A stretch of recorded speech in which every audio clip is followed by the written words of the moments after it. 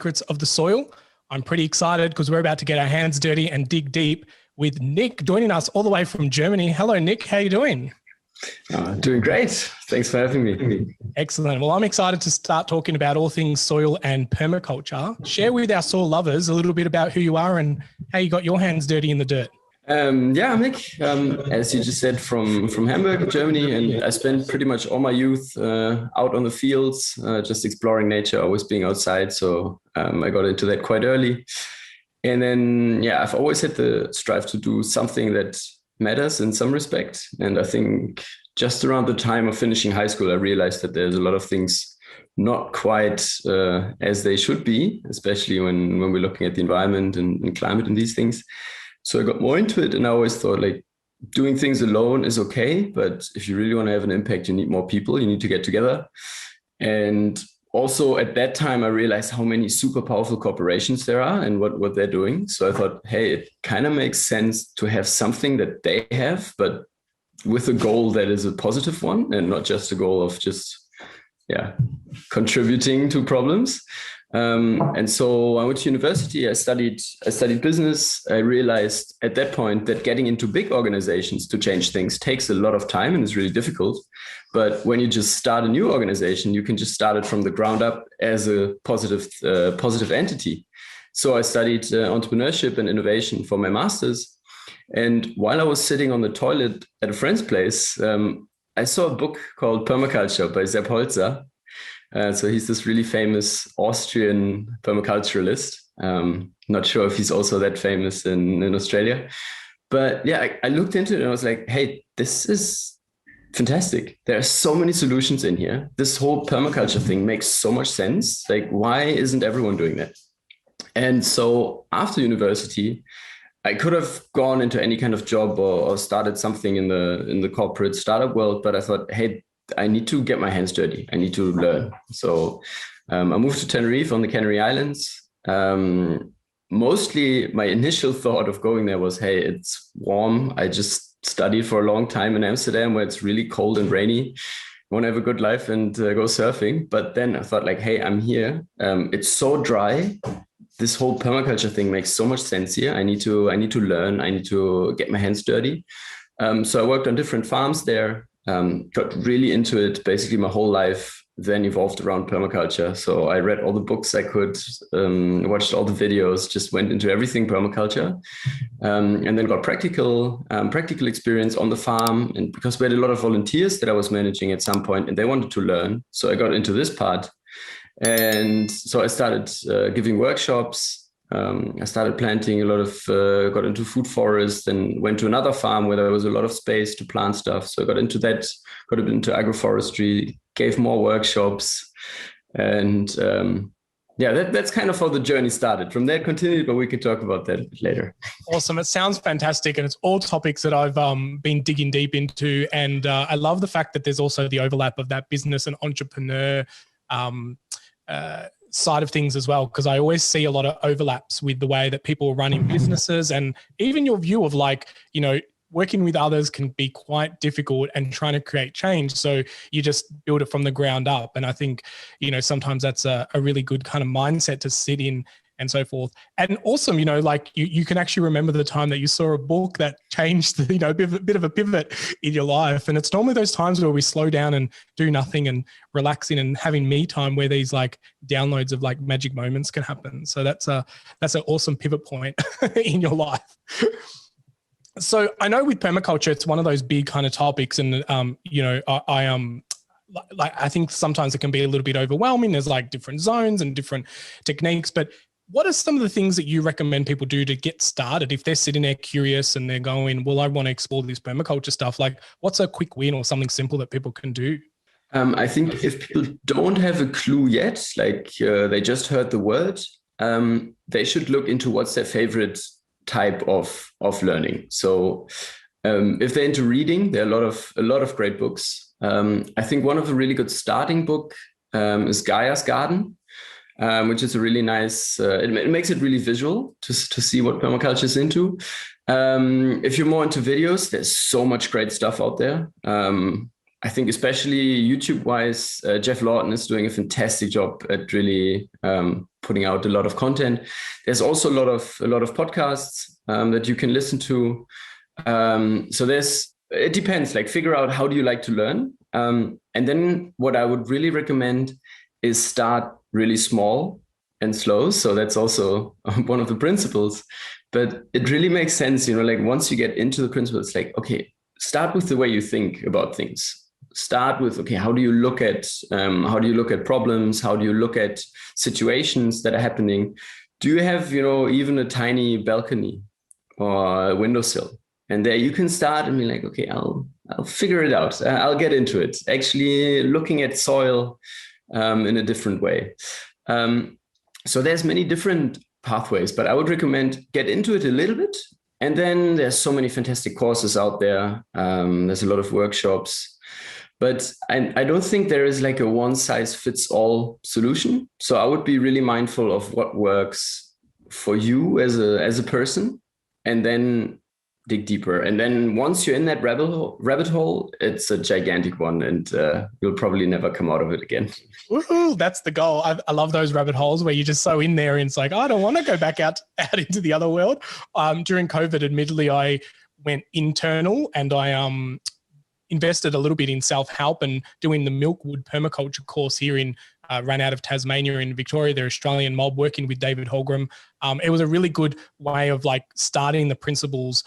It was a little bit more about permaculture living, because I'm one of those people, as you mentioned, having a balcony. And so in my mind, I was like, oh, there's no point me doing the permaculture design course or getting accredited in that area and getting all the nitty gritty because I don't have any land. And I think that really got broken down when I started realizing doing the permaculture living course, that it is really about mindset and the way that you see the world. And I made a YouTube video about all the permaculture stuff I am doing here in my apartment: balcony, kombucha, fermenting, collecting weeds, and just creating curiosity of learning what's in our own actual backyard, acknowledging the land, the previous owners. And yeah, I just think it's really interesting that it is more of a mindset, and you can start even if you don't have access to land. And that was a big aha moment. And I'm someone who's been in this space for a while, and I still kind of pigeonholed permaculture as like needing land and having to do designs and zones and all this complicated stuff.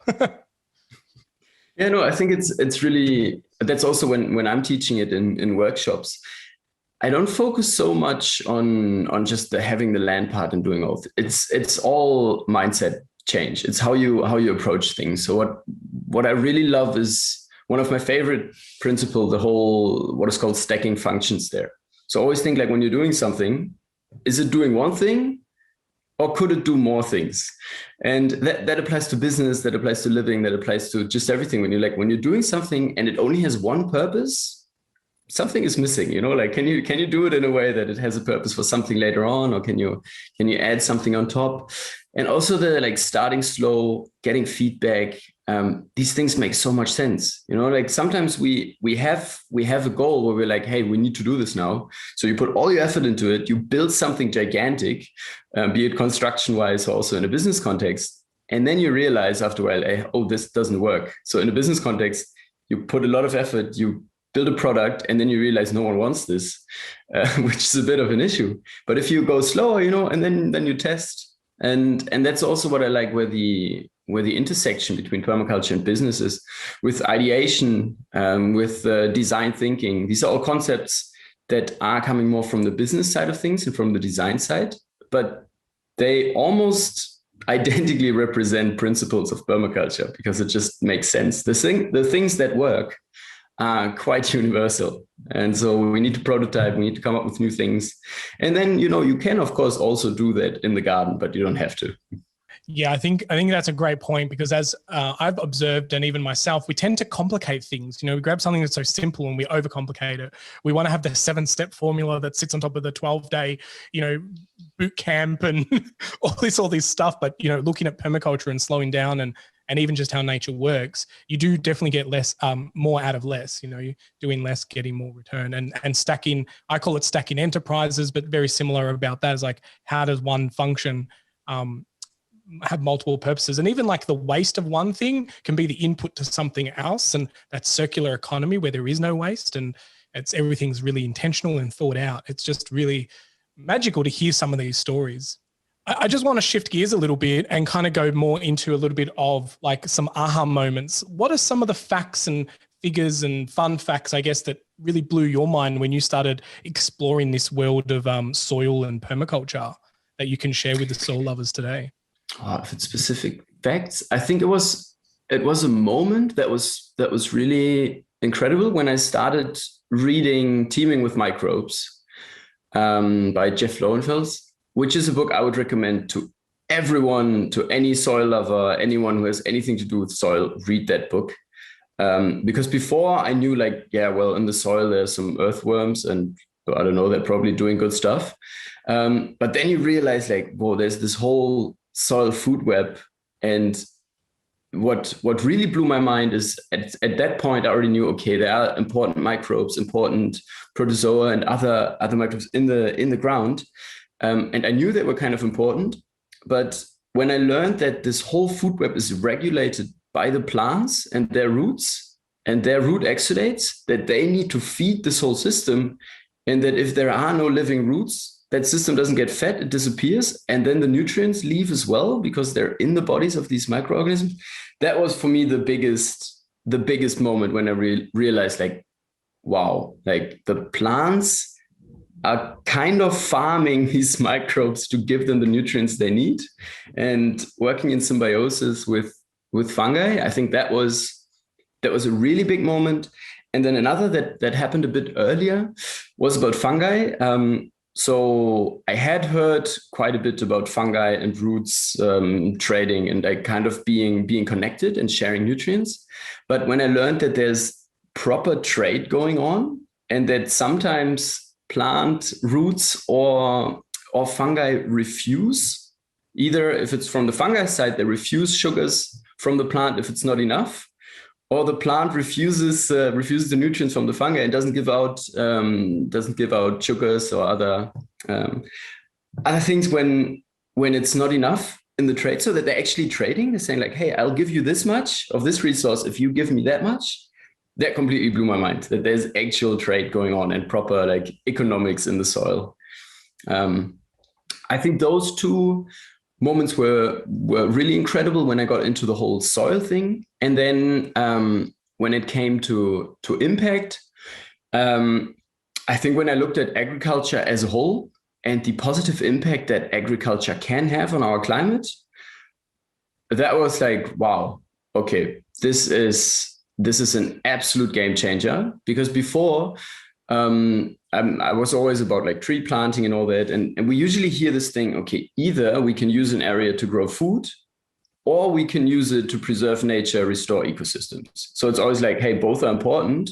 And it's always like, oh no, but we need to cut down the rainforest here because we need food. Well, no, we can just set up regenerative systems and then actually grow food in healthy ecosystems and in forest ecosystems.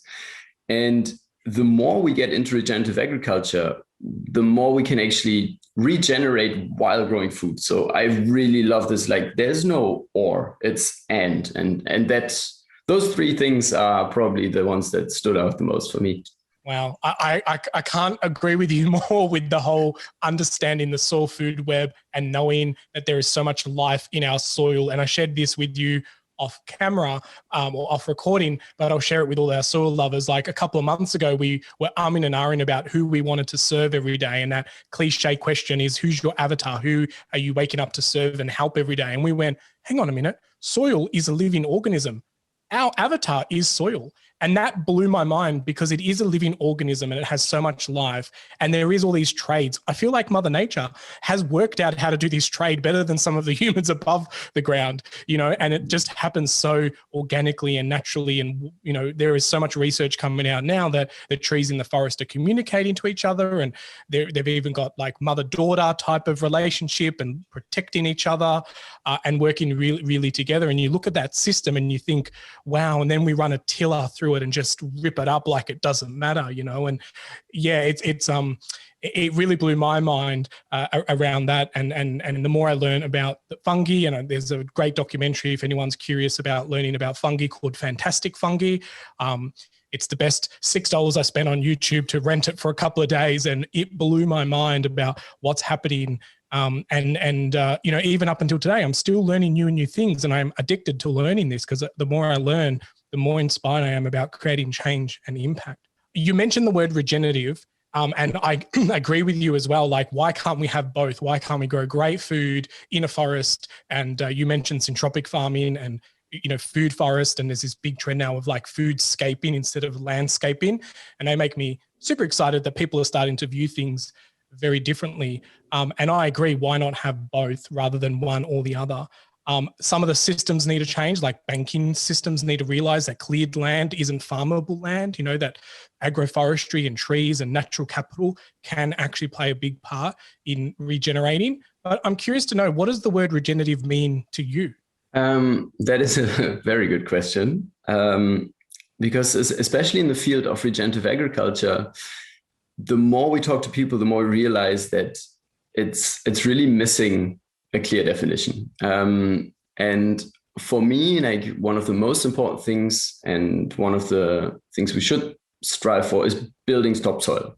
If a system builds topsoil, so now this is focused on an agricultural context, maybe not in a business sense, but yeah, it needs to produce more than was needed to get it going. So that's the first thing. It's also kind of a definition of being sustainable, the original definition in permaculture. So a system that over its lifetime produces more energy than was needed to set it up is sustainable. And I think nowadays sustainable has kind of washed out as a term, because now we don't just need to sustain things. If we sustain the world how it is today, we still have a problem. It's already quite degraded.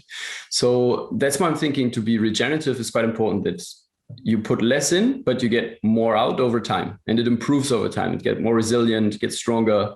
You get more nutrients, more life, more everything. That's kind of the very simple, broken down definition that I would use. Yeah, I love that. And I agree with you that we in the industry are looking for a definition. And one of the reasons why I want to ask a lot of my guests this question is because I don't know if there is a universal agreement. And that's why I say, what does it mean to you? Because I really do believe that it is at the individual soul and heart level that regenerative can be a little bit different and unique, just like our fingerprint. And so I like the beauty in that, because we don't need to have a definition that's in the dictionary that, everyone lives by. It can be something that is near and dear to us. And I love the way that you explain that, because like putting less in and getting more out, because nature can create a lot without us having to lift a finger.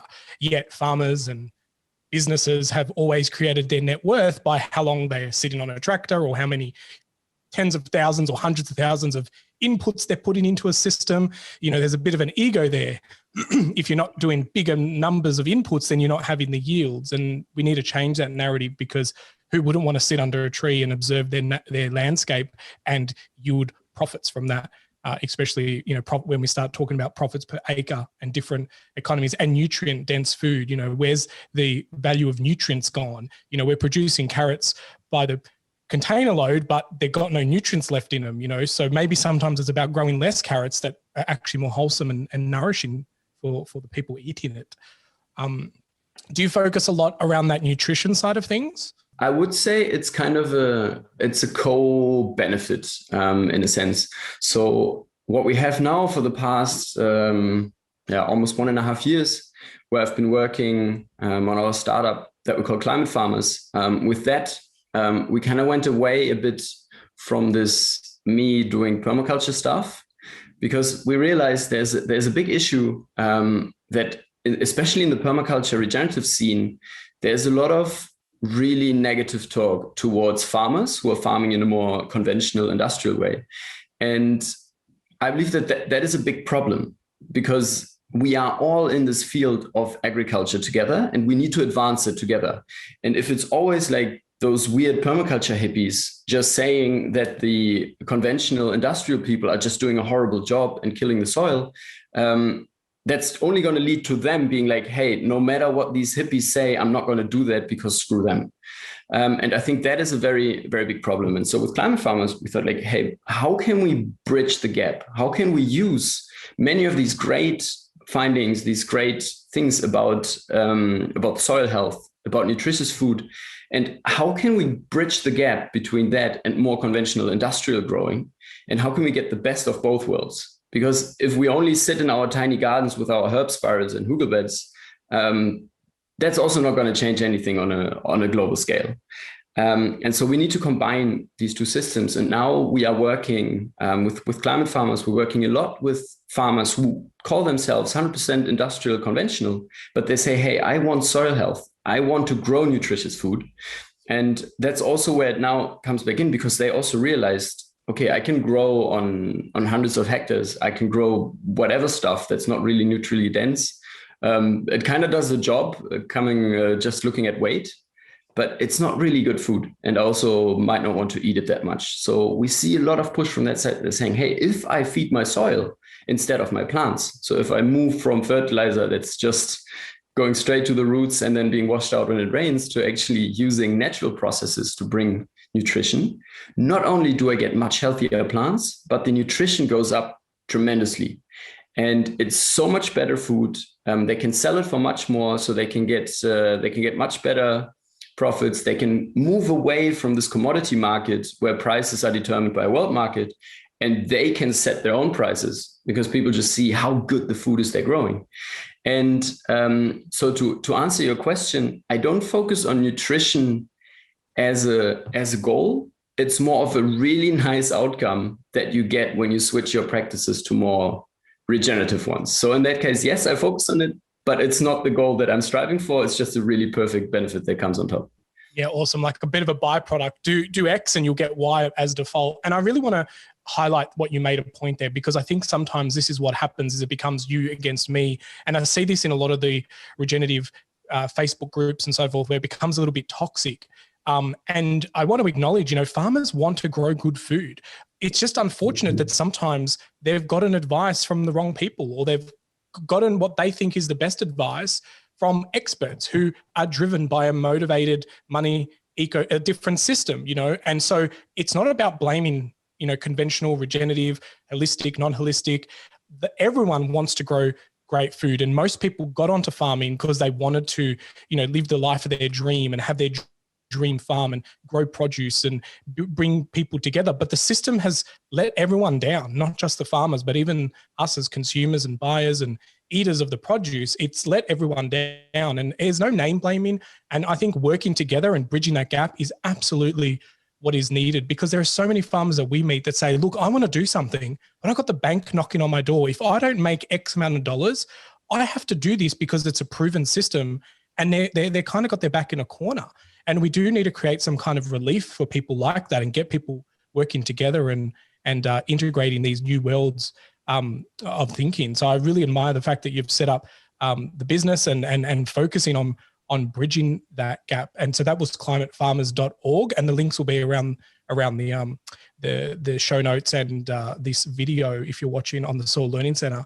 I want to ask you about your social media presence, because you also have an account called Permanick, and I love following it, and that's how we've connected.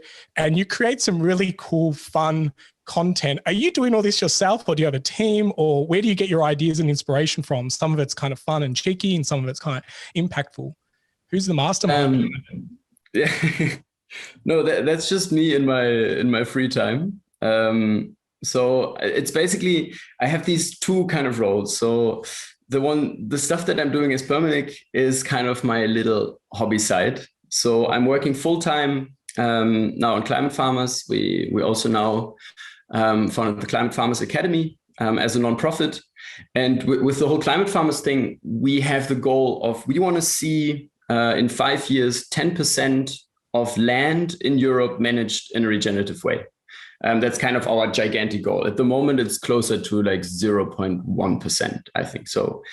And there we're working with large farms that want to transition, even though we're not the biggest fans of the word transition anymore, because we think like, it's not like now you're shit and you need to get to something good, but it's more like, hey, apply a few more of these practices. It will be good for your soil and also for your bottom line.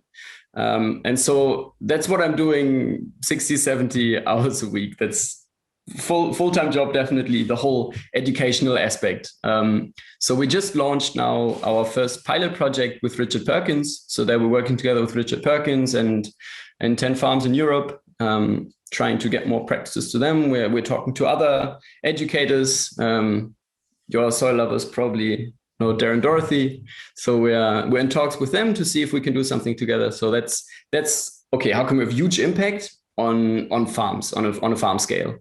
But I'm also a big fan of individual level stuff. And so with my Permanick account, it's more like inspiring people to see, on the one hand, that there is this thing called permaculture, that we can start things also on a smaller scale, in a garden, that we can do things also, when you're just getting into it. So with that account, my main goal is just to inspire people to start thinking about things that matter, to start doing also. So, like, hey, just get one flower pot, grow your first plant. It'll be so rewarding. In no time, you'll have 10 and then 100. And then, it goes from there. So I'm also I love focusing on practical things that you can easily implement. And my biggest passion is definitely water and water management, water harvesting. So I build all these crazy things involving roofs and rainwater pipes and all that, that I got into while I was living on Tenerife, because there we only had 10 days of rain every year. So we had to really capture every drop. And so that's kind of like in my free time, when I have some spare time, I do that account. And I don't know, somehow I realized the purely educational posts, I care about them, but that's about it. Like if it's just education, people are like, yeah, okay, cool. And I realized humor is just a really great tool to get important messages across. So now I try to make some, memes about permaculture, soil, and those kind of things, and it works. I think a lot of people kind of get into it because of that, because it's a non-threatening, like, hey, you don't have to go to do a permaculture course, but you're on your phone anyways, and it's like, this Permanick guy again with this crazy stuff. Maybe I should start growing something. Maybe I should start covering my soil. So it's it's the two worlds. One is serving more on the smaller scale, where I also do consulting work and a bit of design work, but more for smaller farms that are just starting out. And then in the other role with climate farmers, we're really focusing on how can we transition the agricultural scene in Europe as a whole. So it's nice to sit in both seats. Absolutely. It reminds me of that little kind of saying of like, think globally, but act locally.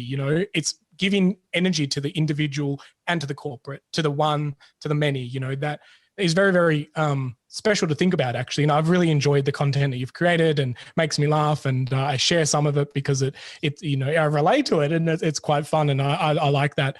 And being a marketer and a tech guy, I like using different platforms to get a message across, because people, like you said before, we all learn different. Some people like to listen, some people like to watch. I definitely get addicted to what I call the endless loop of videos that go from one to the other, and 4 hours have passed, and I'm like, God, so much stuff to do, So kudos to you for having so much time and working full time in Climate Farmers, and then also entertaining us on social media, planting those little seeds. And really important, that one little thing, growing one plant and doing one small action. There's 7.8 billion people on the planet. If every single one person did one small thing every day, that compounds, and it's hugely impactful. And it is definitely a testament to the power of the people.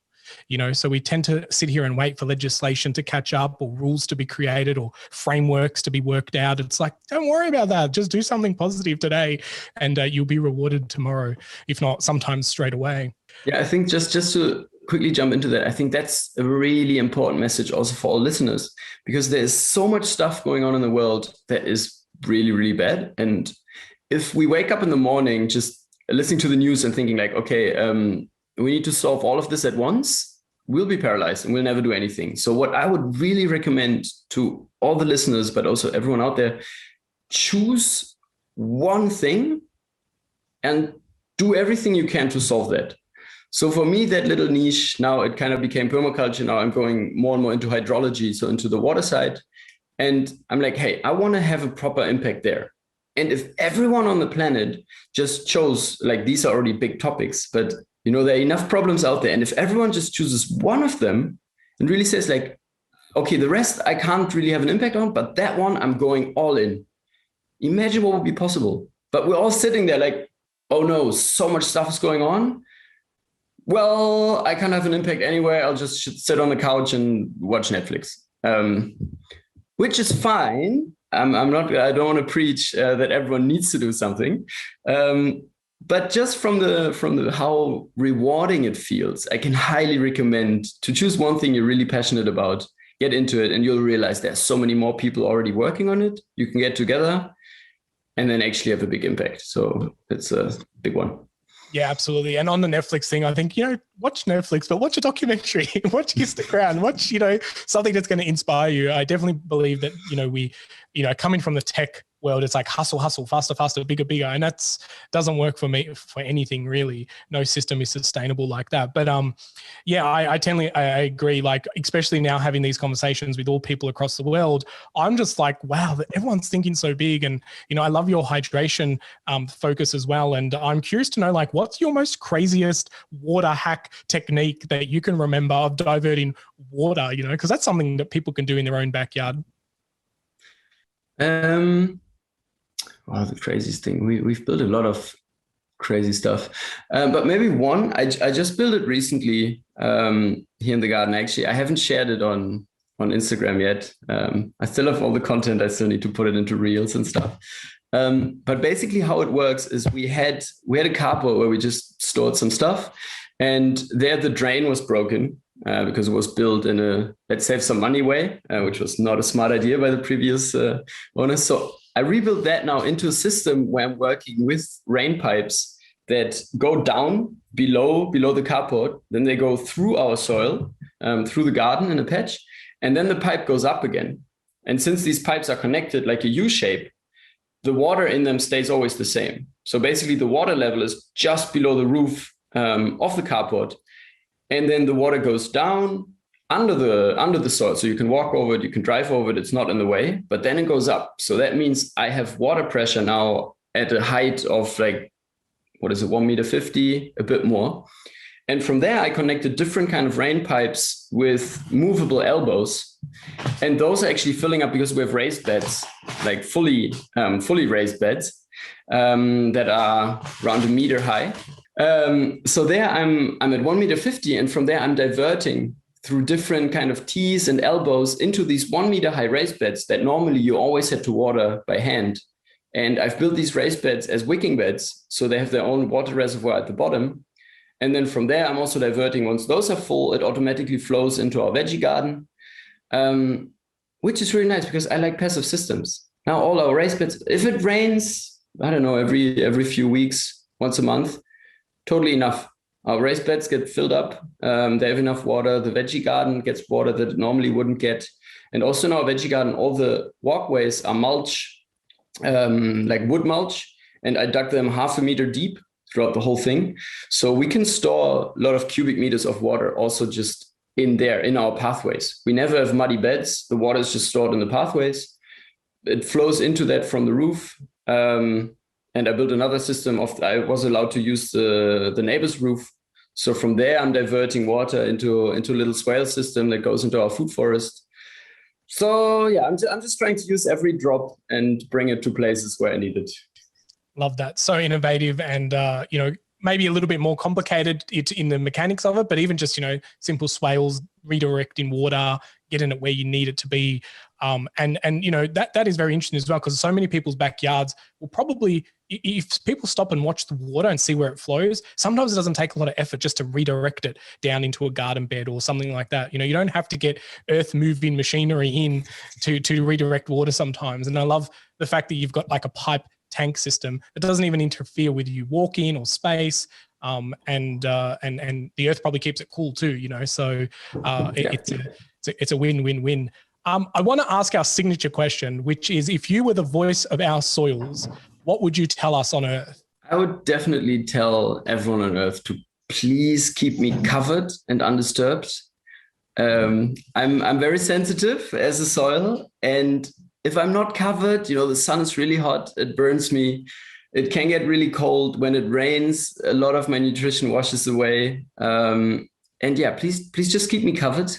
And then also when it, keep roots inside of me. That would be really nice. Because when it rains, I can get hard when I'm not covered. It's a hard surface on top. It's like concrete. And then when it rains, it all just washes off and causes floods further down, which we just had the past days in Germany. We had catastrophic floods like never before. And if more people would cover me and ideally keep living plants inside of me, that would be perfect. I'd be really grateful for that. Awesome. It makes me feel warm and cozy. I was just picturing, the same as we tuck ourselves into bed with a blanket and keep ourselves covered. We know we need to nurture our soils with the same attention and care, and putting plant life and green leaves and all that on top has so many benefits, from keeping it cool, keeping it warm, erosion, hydration, and life, and deep roots, and all the magical stuff that hopefully our soil listeners are starting to learn as they dig deeper into their soils through the podcast and the other information that everyone's been sharing. Nick, it's been an absolute pleasure hanging out with you and chatting all things soil. And we got a guest appearance from your cat, which I'm always open to, having guest appearances on our podcast. So thank you very much for coming along. Is there a final thought that you want our soil lovers to think about on their day today? Yeah, maybe what I kind of touched upon earlier is really just get going with something. There's always a reason to not do it because it's not good enough, not big enough, not whatever enough. But just do a tiny thing. Plant one seed, do one thing, capture one drop of rainwater, get active in your community. Just go to one meeting. That's what I would really recommend. Like, don't try to start too big and too perfect, but just get out there and start doing. Love that. Something little is better than nothing. So you heard it first, soil lovers, get on out there, get your hands dirty, and keep digging deeper into your soils. Nick, thank you so much for coming along and sharing all your wisdom and knowledge and tips and tricks. How can people hang out with you? What's a site or a link that people can go to? I think the easiest and where I'm most active is Instagram. So that's Permanick Permaculture. That should be easy to find. Also, now I'm slowly growing my presence on TikTok because the video format is just really hilarious. I think those two places are the best. Otherwise, at permanick.com. But it's more of a website, so it just has some info. But all the fun is happening on Instagram and TikTok. Yeah, I love that. I definitely feeling that as well. I am starting to do a little bit more in TikTok, and it's such a weird platform to get my head around. I feel old sometimes, which I am probably getting older, but I just feel like, what the hell is going on? But it's lots of fun, and I do think there's some really fun stuff that we can do as soil lovers on TikTok, and be a bit cheeky as well. All right, Nick, I'll let you get on with your morning. Thank you very much for getting up early to join us today. We'll keep the conversation going offline. All those links that Nick mentioned will be around the video in the show notes. Perfect. Thanks so much for having me. Excellent. Well, soil lovers, there you have it. Get on outside, get your hands dirty, and keep digging deeper into your soils. I'll keep drumming that into you. And remember, if you want to watch the video version of this, head on over to soillearningcenter.com.